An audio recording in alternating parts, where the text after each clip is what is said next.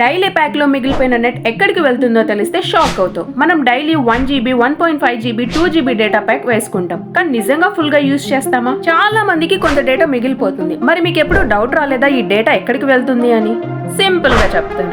మీ data pack అనేది time వేస్డ్, అంటే మీరు యూజ్ చేసినా చేయకపోయినా వ్యాలిడిటీ అయ్యాక ఆటోమేటిక్ గా ఎక్స్పైర్ అవుతుంది.